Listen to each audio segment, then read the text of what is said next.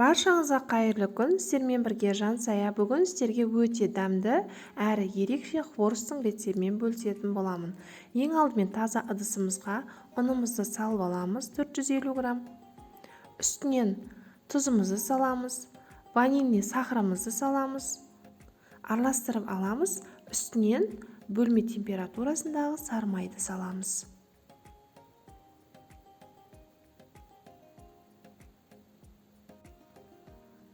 Қолмен жақсылап араластырамыз. Май мен ұнды крошка болғанша. Міне дәл осындай болуы керек. Үстінен қопсытқышымызды саламыз. Бір дана жұмыртқаның сарысын саламыз.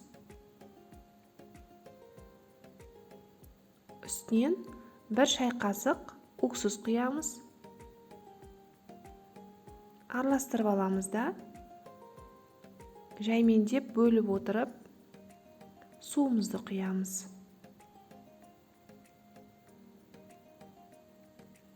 Су бөлме температурасындағы су. Жақсылап араластырып, дәл осындай орташа қамыр илейміз.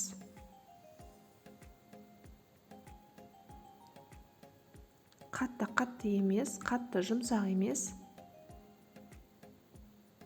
2 сағатқа мұздатқышқа салып қоямыз. Мұздатқыштан алып, крахмалдың көмегімен жаямыз. Мен кукурузный крахмал пайдаландым.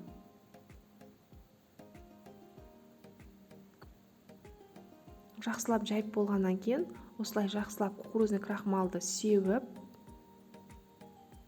дәл мен көрсеткендей етіп жасайсыздар. Каналыма тіркелмеген болсаңыз, каналыма тіркеліп, каналым одан ары дамуына септігіңіз тигізіп, төменге пікіріңізді қалдыра кетсеңіз. Кукурузный крахмалды жақсылап осылай сеуіп шығамыз. Және де менің каналымда өте дәмді ыстық тамақтардың, осындай печеньенің, және де басқаша хворостың рецептері бар, өте дәмді болып шығатын ерекше.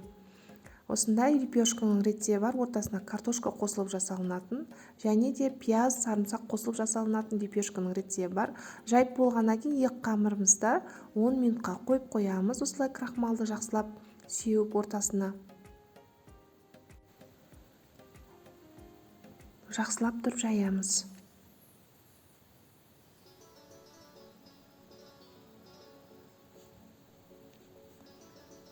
Жан жағын бір тегіс шығу үшін кесіп алып тастаймыз.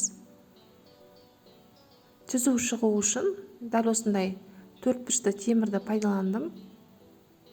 Ал егер де сіздерде осындай темірлеріңіз жоқ болса, яғни қағазға сызып алып, осылай теп-тегіс бір тегіс шығу үшін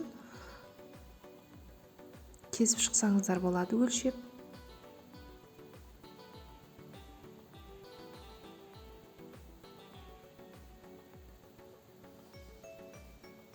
Қалыңдығын кеспе көженің қалыңдығындай етіп жайдым.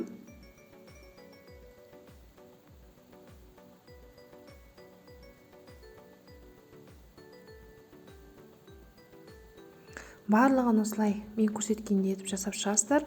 Ортасына жұмыртқаның ағын пайдаландым жабыстыру үшін.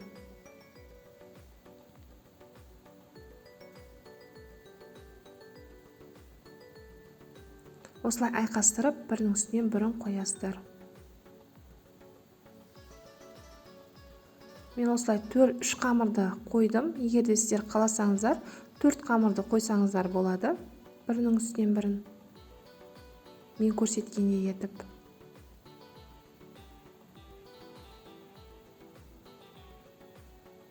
Каналыма тіркелмеген болсаңыз, каналыма тіркеліп, каналым одан ары дамуына септігіңіз тигізіп, төменге пікіріңізді қалдырып, және де достарыңызбен бөлісіп отырсаңыз. Майымызды қыздырып көреміз да, бір бөлігін салып көреміз. Жай отта осылай пісіріп аламыз.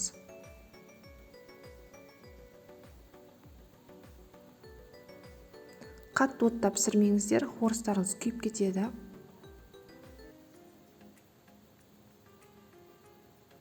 Осындай күшті көтеріліп, ортасы кереметтей көтеріліп ашылады. Дастарханға қойсаңыз да, үйге шайға пісірсеңіз де өте дәмді, ерекше.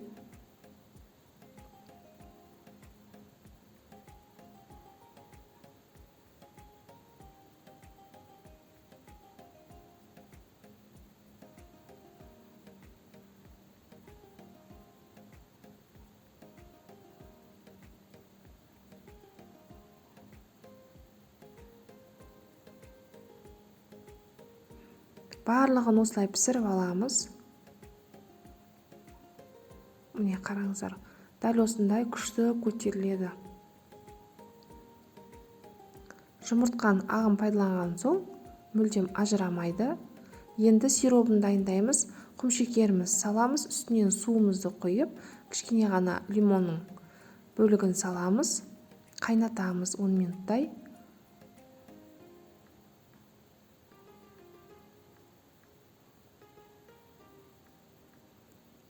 10 минут қайнаған соң алып, бір ас қасық мьютымызды саламыз, таза мьютымызды жақсылап араластырып ерітіп аламыз да, жаңағы пісірген хворостымыздың үстінен сиробымызды құйып шығамыз.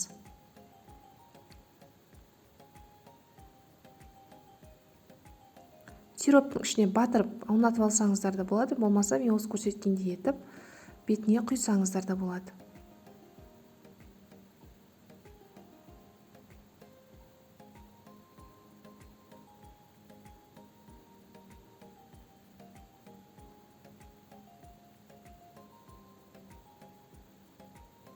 Барлығын осылай құйып алдым.